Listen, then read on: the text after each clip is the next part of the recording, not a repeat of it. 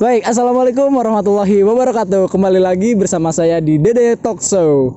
Oke, pada pembahasan kali ini kita akan membahas tentang anak berkebutuhan khusus. Anak berkebutuhan khusus menurut saya itu selalu dianggap sebelah mata oleh masyarakat.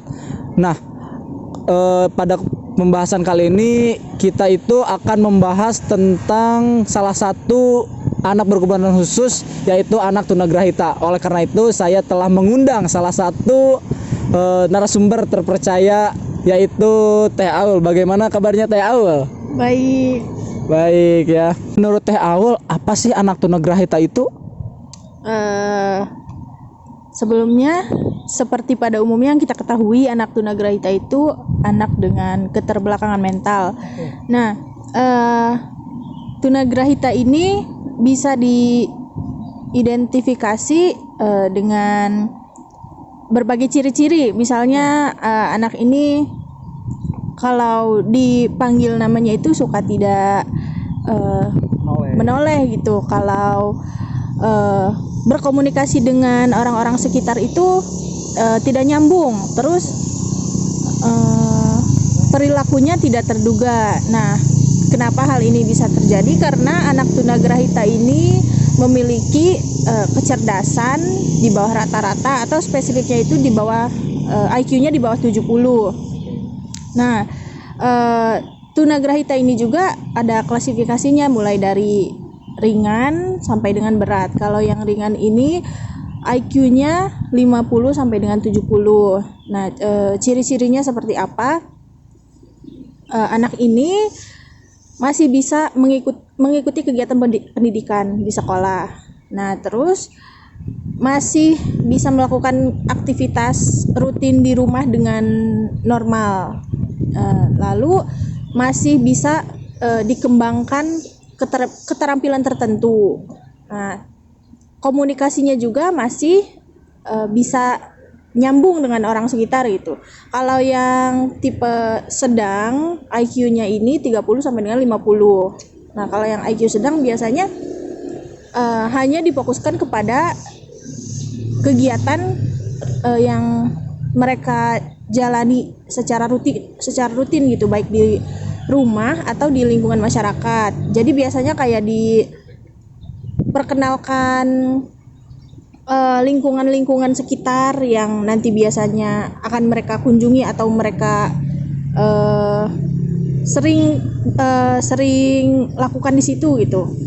Oke, rutinitas berarti ya? Iya, rutinitas, lebih ke rutinitas. Karena kalau ke pendidikan kayak di sekolah gitu mungkin tidak terlalu difokuskan, tapi masih bisa diikuti.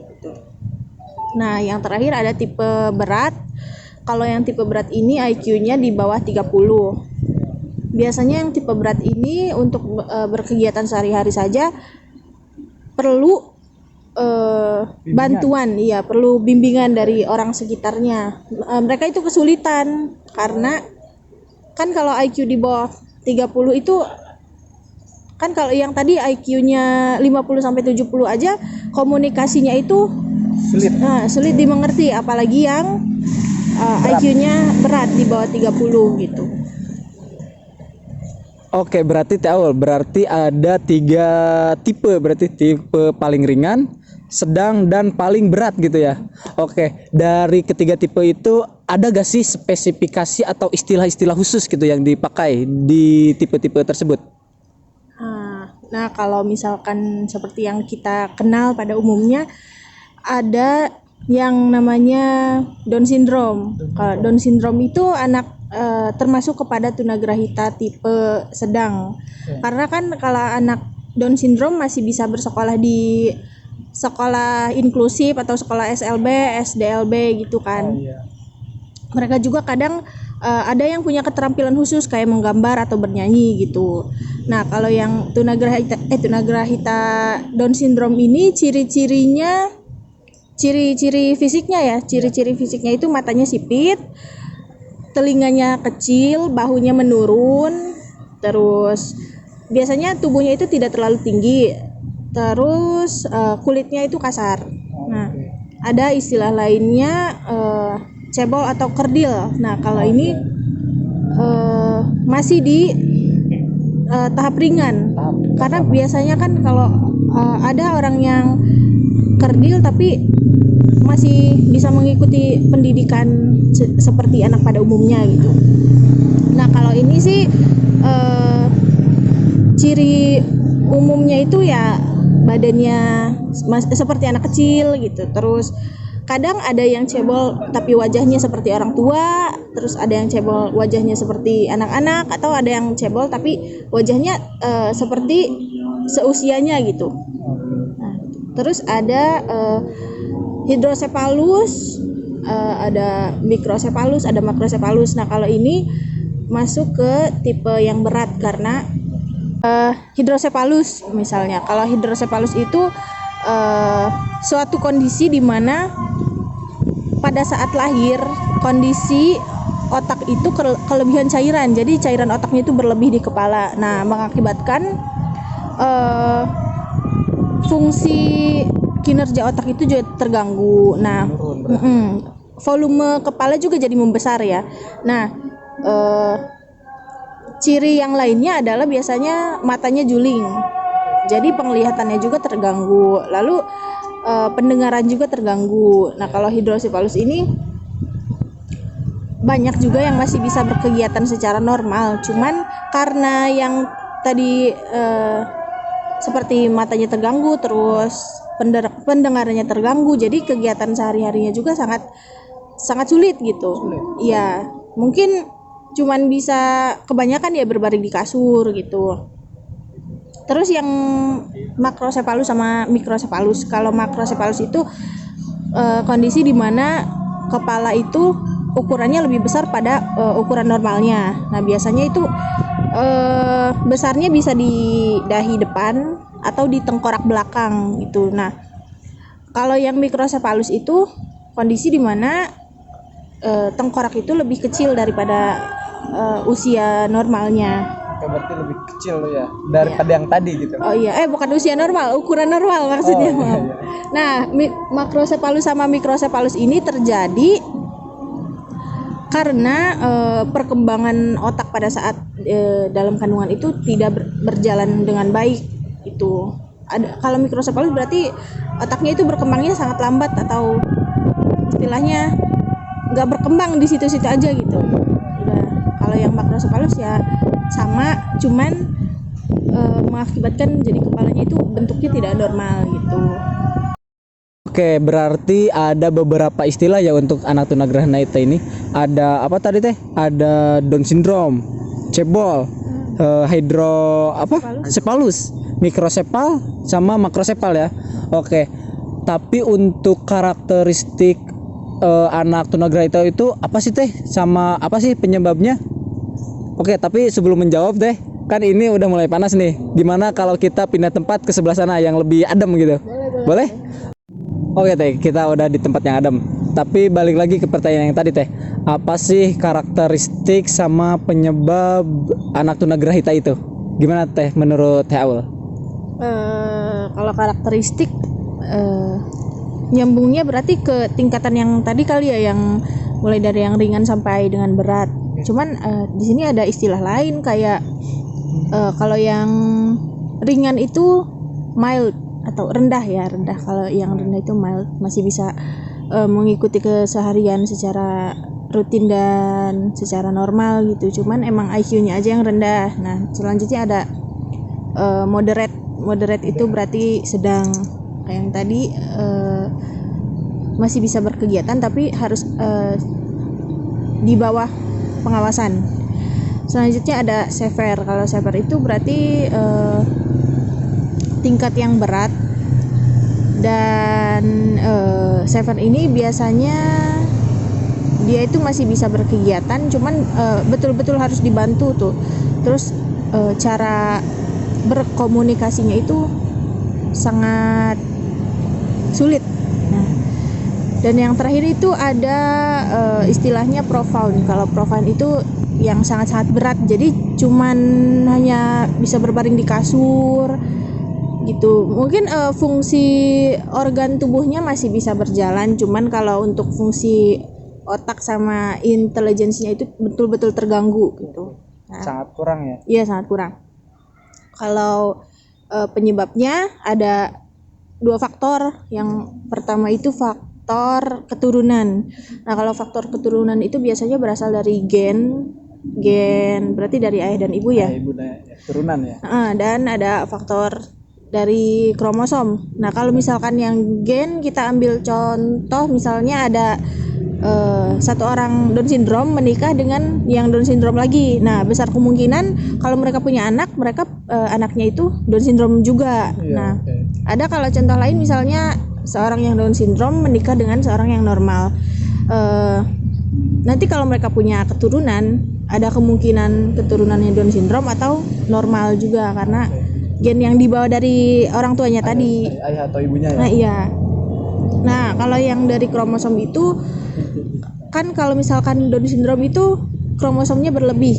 Iya. Nah, ada juga anak dengan kromosom yang kurang, maka fungsi otak sama perkembangan intelijensinya juga terganggu.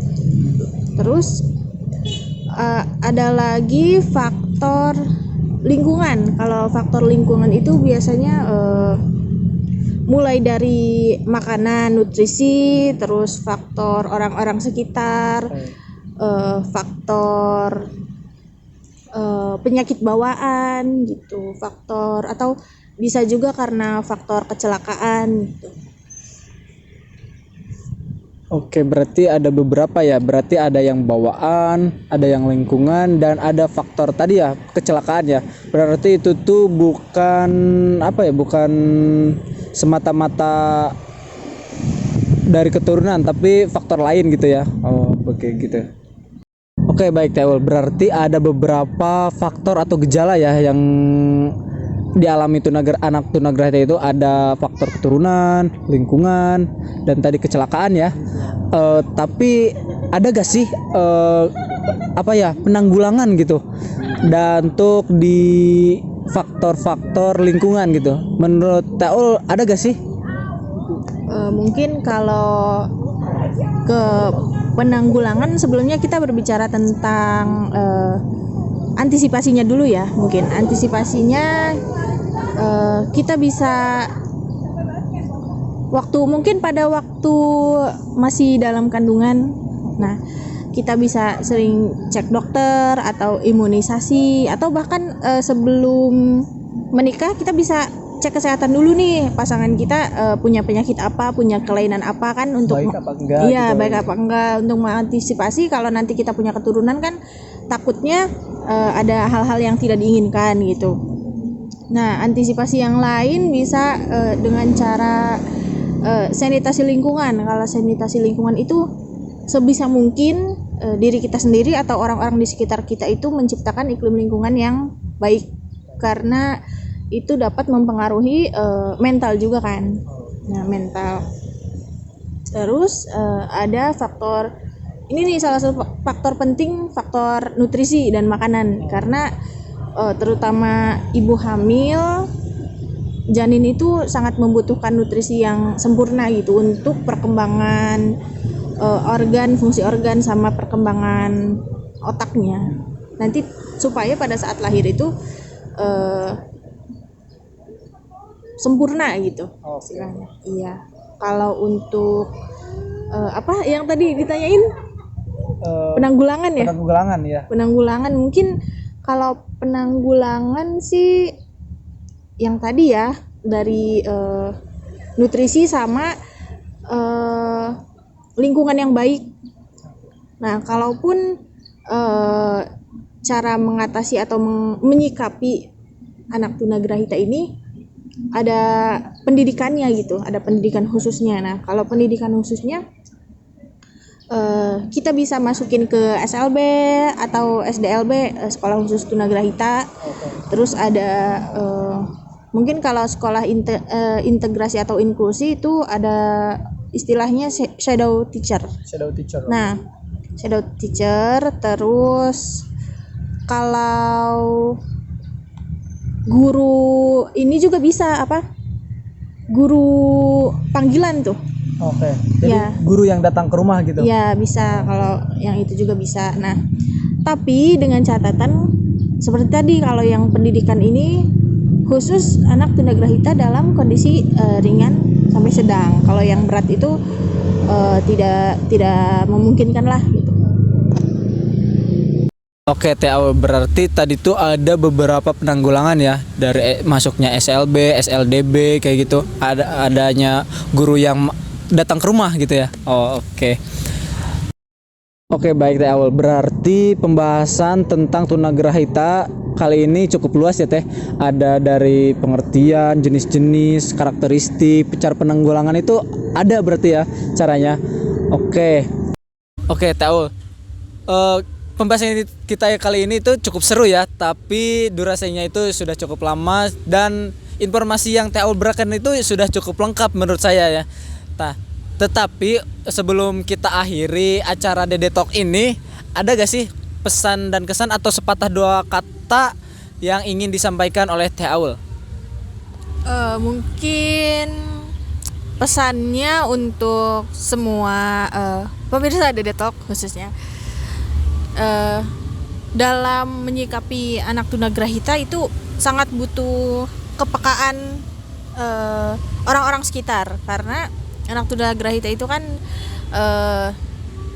berkebutuhan khusus, lalu tidak terduga perilakunya, dan dalam berkegiatan sehari-hari pun tidak senormal anak-anak pada umumnya gitu. Jadi intinya butuh kepekaan dan bimbingan dari orang-orang sekitar gitu.